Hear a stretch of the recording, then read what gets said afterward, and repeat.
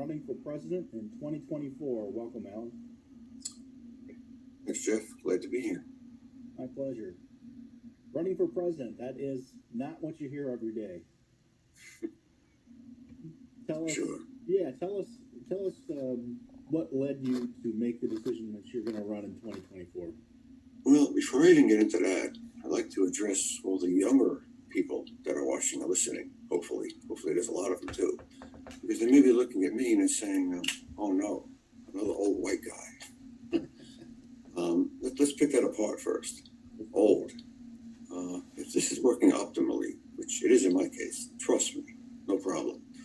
And just a couple of weeks ago, I got noticed on Facebook by someone who I knew in second grade. And she said, my face is the same. So, trust me, the old portion is... You're aging well. Yeah. Old white guy, white. You know, I don't know what person came up with that adjective, but was he racist or just plain colorblind? Yeah, right. So that's gone too. And as far as the guy goes, old white guy, well, last time I looked, yeah, I'm a guy. I'll go on with that one. But as long as I was standing, if you don't mind, it's a little commercial. If people want to try to find my website, you don't even need my name. Just punch in these words: honest, real, and poor guy, the number 4, president, and click on Google Sites, takes you right to my site. Your site, I got your site. Here's your site right here.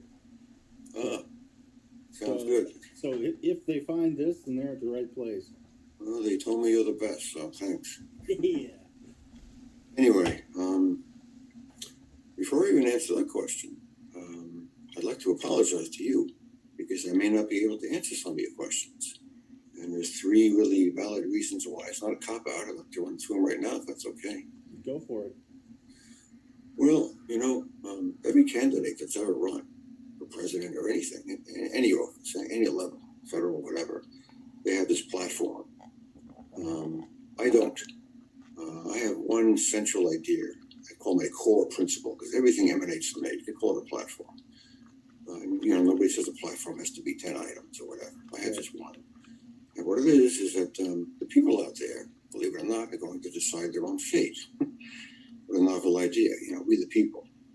Congress is not going to, the president's not going to, I'm not going to. I developed a system. My whole thing is based on the system, where the people are going to be able to choose their own fate. Right now, I'm not in the position, we can get into that exactly a little bit later if you want the details, but right now, I'm not in a position to ask 100 million voters roughly what they want to do about taxes or healthcare or whatever the heck. So that's one reason why I may not be able to answer your question.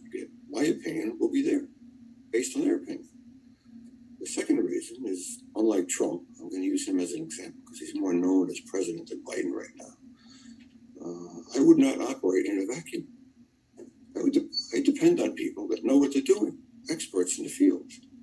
I would have more advisors, more counselors, more experts in every endeavor you could think of. Climate change, economics, lawyers, engineers, doctors, down the list.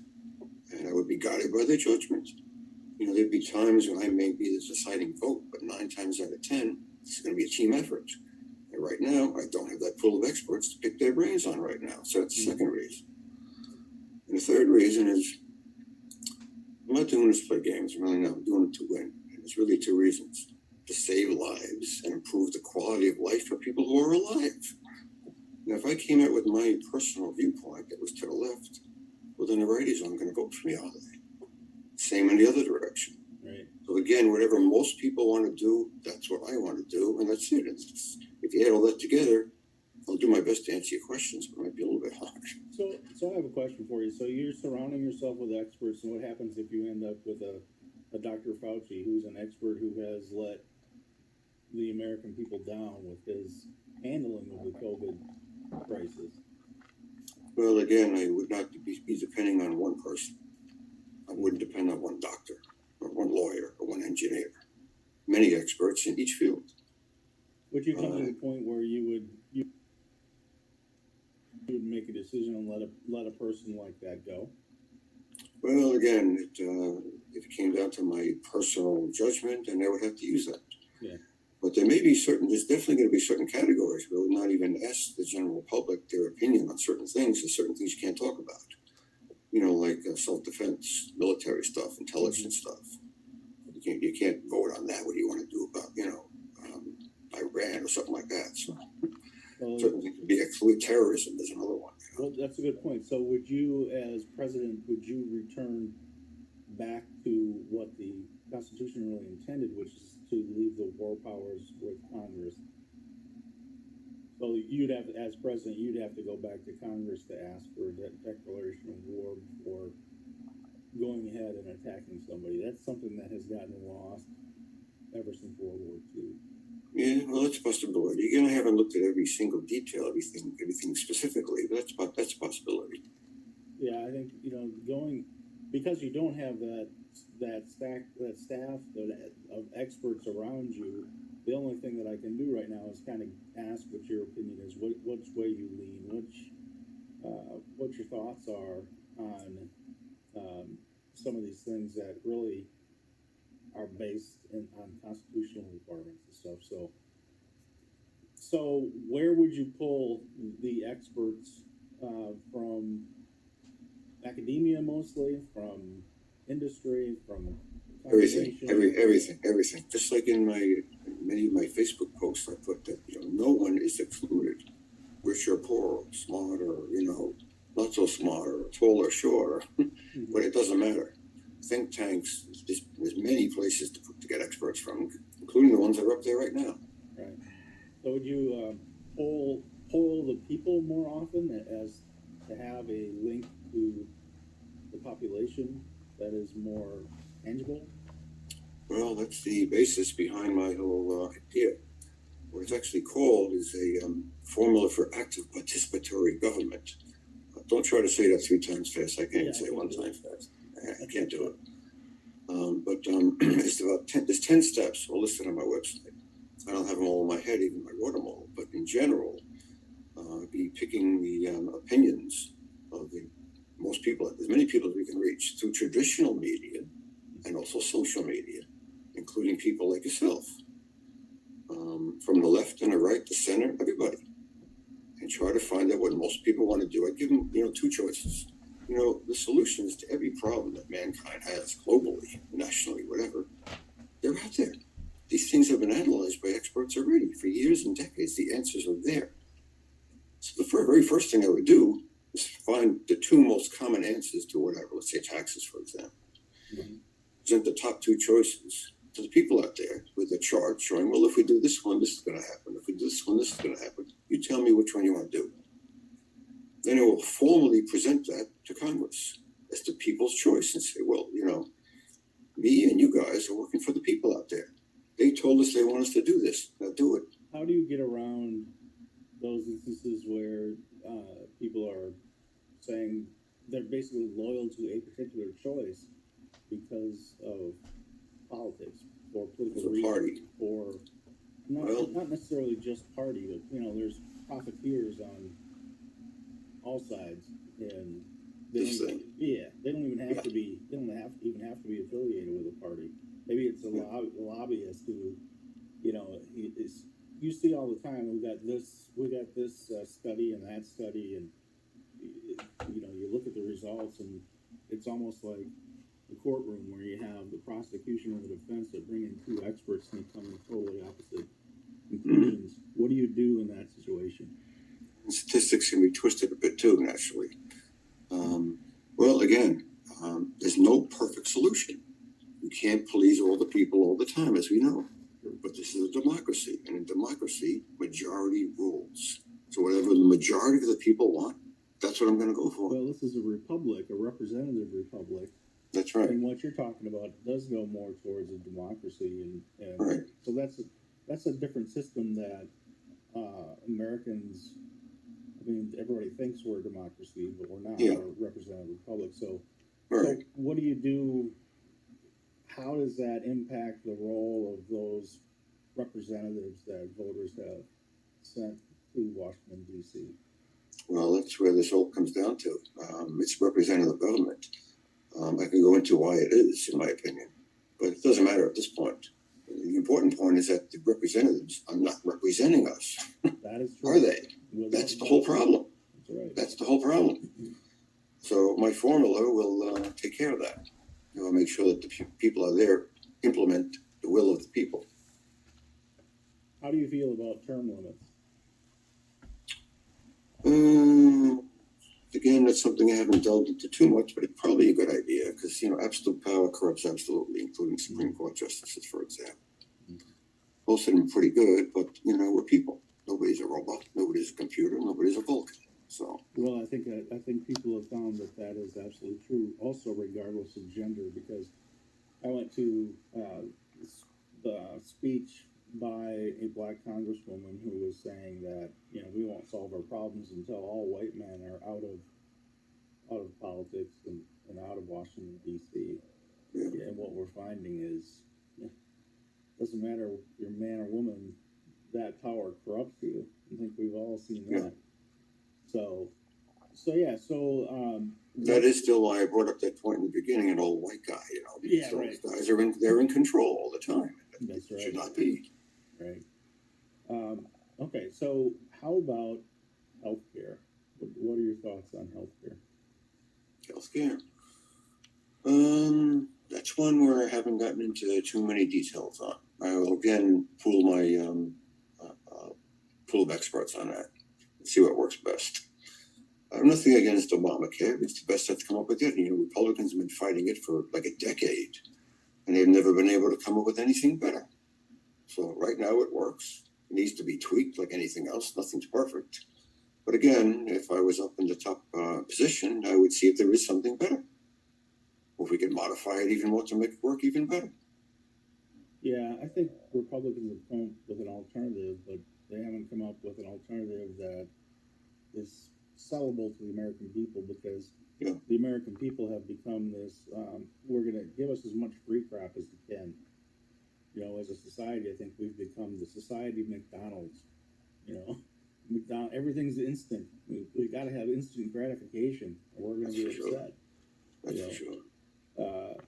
A throwaway society. Yeah, exactly. And I think that's evident. And the other thing that's happened is people have gotten so much more narcissistic, and things like social media and stuff. It's all about themselves, and that's changed over time, I think, as well. But so let's talk for a second about foreign policy then. If you're looking at the current situation today, you see that we have two countries in particular that are a threat to the United States, in China and Russia. Mm-hmm. So how do you deal with communist actors like China, who has prison camps right now full of Uyghurs, Muslims, and House Christians, and Falun Gong practitioners? And then you have Russia, that speaks for itself. Putin being an ex-KGB man. I mean, you have two major powers. Yeah. How do you address those challenges? Believe it or not, I don't see it as a problem at all. It's just, I'm no braggart, I'm no show off, but I know me. I have a certain personality. I can relate to anybody on any level. On my website, pages 13 to 15 are my three favorite pages. Actually, I think it's 13 and 14 if I remember right. But on there is a list of 20 things I would do. If I remember right, that page is, what's it called? My first days and weeks as president, what I would do. And there's 20 things on there. And it does address Russia and China. And I don't remember the details again. But it looks like you're pulling it up right there, yeah. Mm-hmm. I don't know what step it is, but talking about Russia and China. But I have enough in my head. We can talk about it. So you got a lot laid out here. But thanks for pulling it up, yeah. Oh, yeah, most definitely. Those are not in priority order or chronological order. It's just a list that I made, that's all. But I can give you some details right now. Okay. Thanks for showing that up. Yeah. One thing I can say before I get into those specifics. Well, actually, let's get into it right now. As far as Putin's concerned, for example, I invite him over to the White House, one-on-one. No big to-do, no state dinner, any of that crap. Let's get down to business. I'd have a lot of press there, that's for sure, because the press is top priority in my view, as far as my whole platform is concerned in general. They are my key to the people out there. You know, I have press conferences, the flow of information is going to go both ways. I'm not just going to be telling them what we're trying to do, what we've done. I want to know from them what the people out there are thinking and feeling, what they want me to do. And the next time I'll tell the press the other direction. Well, that's what we did. That's a whole nother issue. I mean, the press itself is openly hostile to any conservative viewpoint. So if you come back and you say, hey, you know, based on what my experts are telling me, and I'm going to do this, or, you know, this is what I think the right move is based on what everybody wants and the experts. How do you deal with a press that's hostile to you? Again, a little bit of personality plus, I don't think that would be. But to get back on the topic we started with, I would have a lot of press there. So I probably would present President Putin with a letter and appeal to him on many levels. He's a smart guy. You know, a lot of people say a lot of negative things about him, which may or may not be true, but he's also a really smart guy. And I would appeal to him on a humanitarian / intellectual level, among other things. And explain to him, I'm not going to get into the details right now. I haven't all planned in here completely, but enough of it is in there. But I don't want to let the cat out of the bag, if you know what I mean. Mm-hmm. But I'll let him know that I know what he's trying to do, and I can help him do it. But we have to work together. And again, the details I wouldn't want to get into right now. But China. Wait a minute, before we go on from Putin. What if Putin says, well, what I'm trying to do is I want to take over the Ukraine, which is a sovereign country right now? Well, again, highly specific questions like that, I would have to consult my experts on that one again. Mm-hmm. I'm just talking about as far as in general, what he's trying to do. I understand what he's trying to do, and I can help him do certain things as long as it's not hurting other people, of course, mm-hmm. taking over other countries. But as far as what's inside here for him, I think I know what he's trying to do. And I really would like to talk to him about that one-on-one. And certain things that I agree with, I would like to help him with.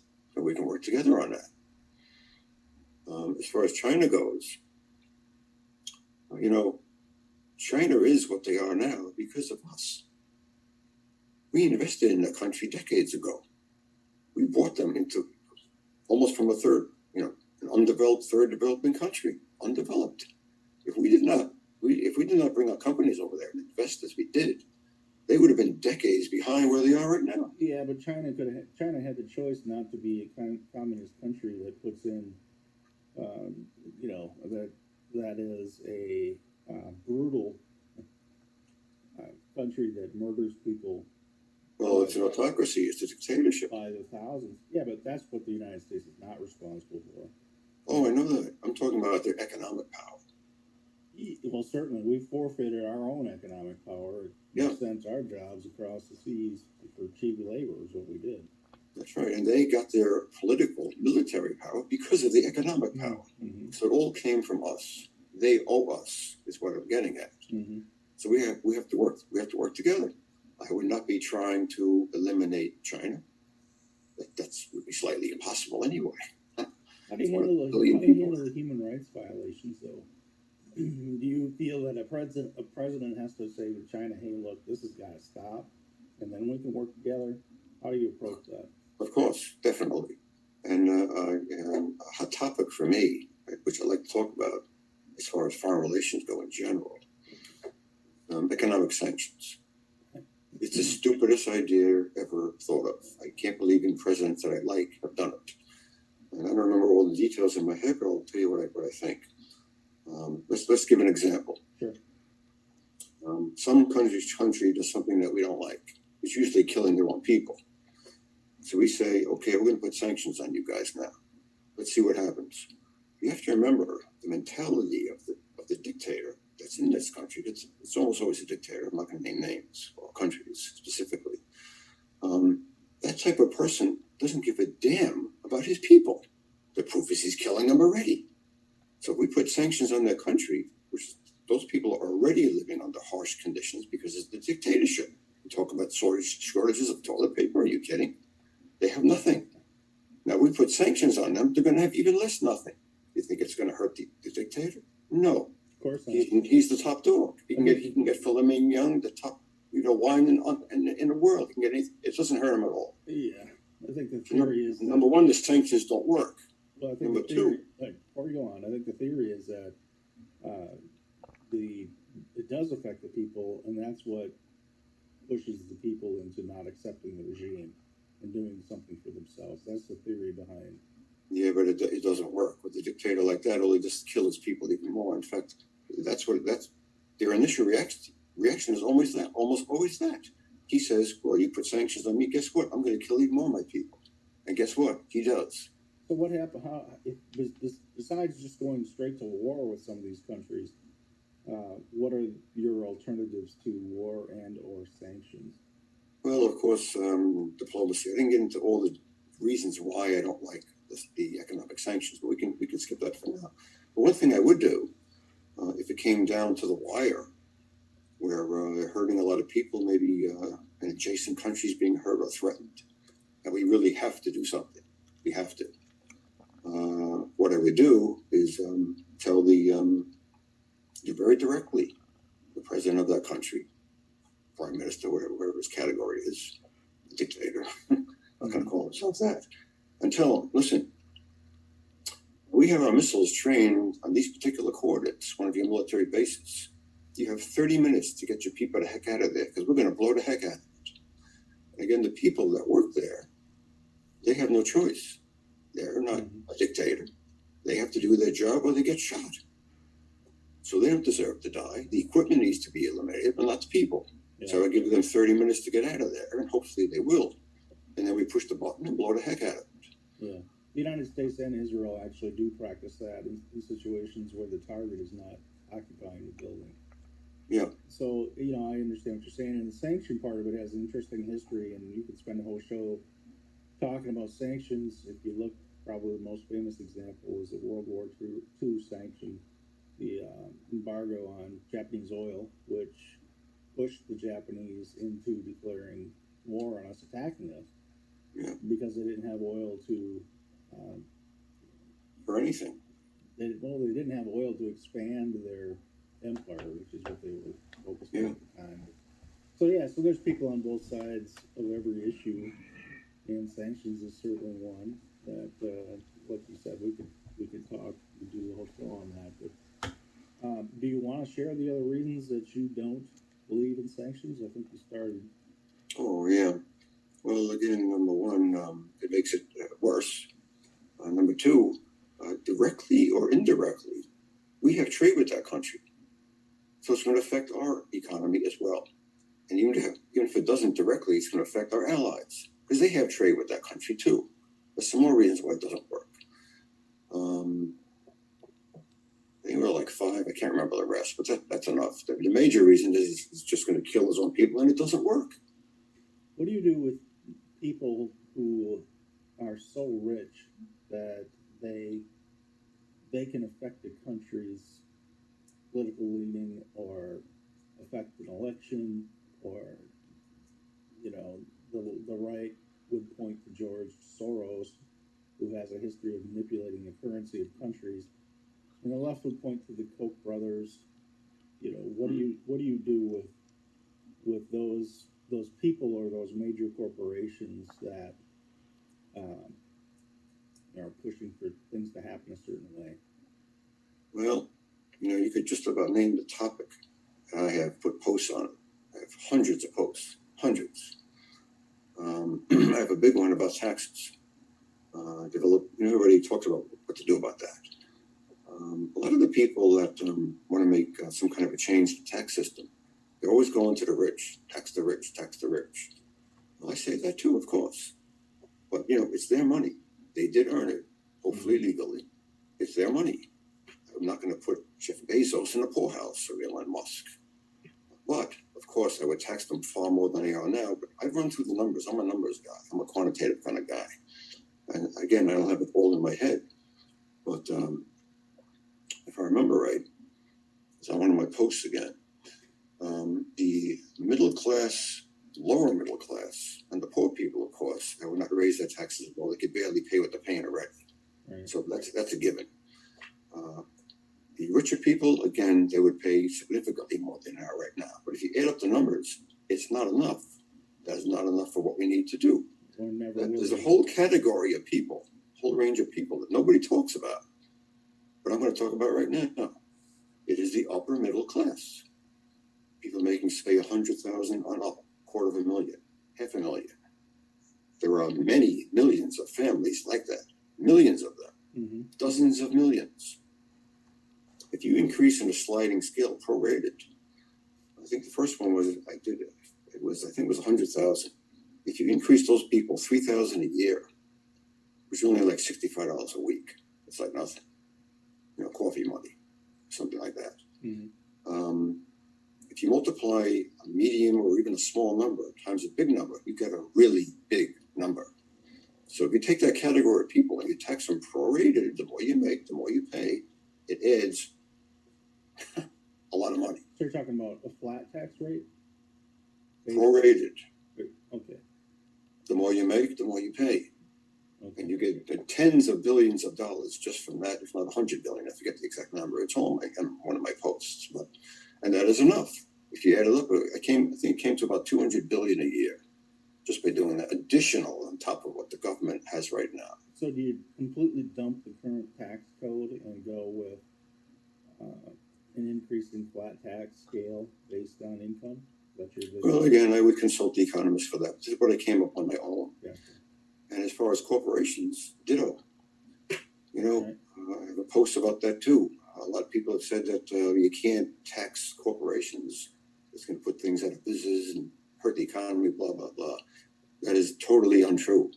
During the recession, that's when Obamacare came out. And a certain category of people were taxed at a higher rate. Guess what? Corporations' profits still increased. They didn't even level off. This was during the recession. His average growth was like 0.8%. I mean, he was a terrible president for growth in industry. But I do get what you're saying, that those corporations still survived while and thrived. That was going on during the pandemic. Now, ditto, same thing. Of course, certain things got hurt, depending on the specifics, depending on the pandemic. But in general, businesses are doing very well. Yeah. We're almost to the half hour, and I want to make sure that I get your vision for the future, your campaign, how people can help, what specific types of people you're looking for, and where do you want them to go? Appreciate that. Well, recently I joined some conservative platforms like Parler and MeWe, and I forget, SafeChat, I think was another one. Gab is another one. And I'm putting posts on there similar to the ones I did on the other sites. And guess what? I'm getting likes. People like what I say, because it doesn't matter if you're left or right, because they know I got your back. I would only fire people in my administration for two reasons. One, they didn't do their job. Two, if they lie. And the reason is everything that I would try to do is based on getting the proper information. Lives are at stake. Hundreds of billions of dollars. Mm-hmm. What's going to be wasted? People are going to die because this idiot lied to me. Not only are you fired, hopefully you go into jail. But so again, I'm not appealing to any specific group. I'm appealing to the majority of the people out there because they want to help everybody. Right. Like I said, tall, short, that is smart, not so smart, black, white. I don't care, whatever you are, rich or poor. Yeah, I think people lost that. I think I was just talking to some other guests yesterday.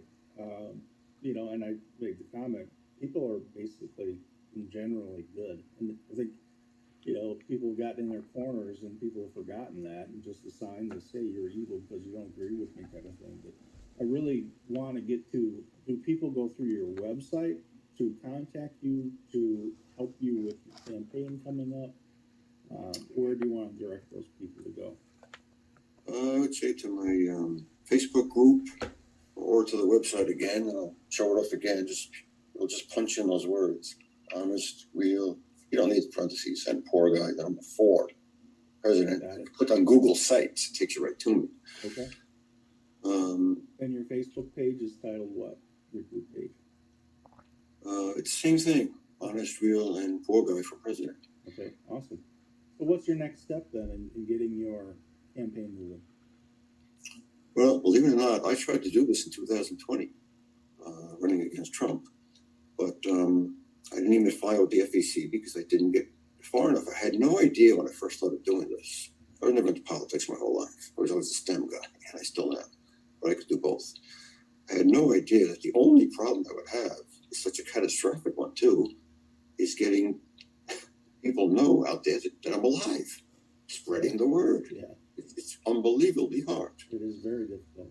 Yeah, so that's what I'm trying to do. That's my next step, and I actually haven't done what you and I are doing right now. I didn't do that back in 2020, trying to spread the word this way. So I would like to thank you for that. Oh, absolutely, absolutely.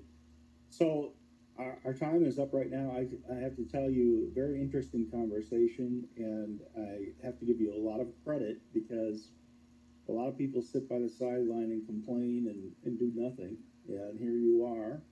There's people dying out there. Somebody's got to do something. Yeah, It's exactly. ridiculous. Exactly right. So thank you, Alan, very much, and I wish you all the best, my friend. And during the upcoming years here, if you want to come back, you're certainly welcome to come back and talk about things as you progress. I really appreciate that, and please send me the link so I can spread the word whenever you complete it. I will do that. Thank you, sir. Have a good rest of the day. You as well. Thanks. Thank you. Take care.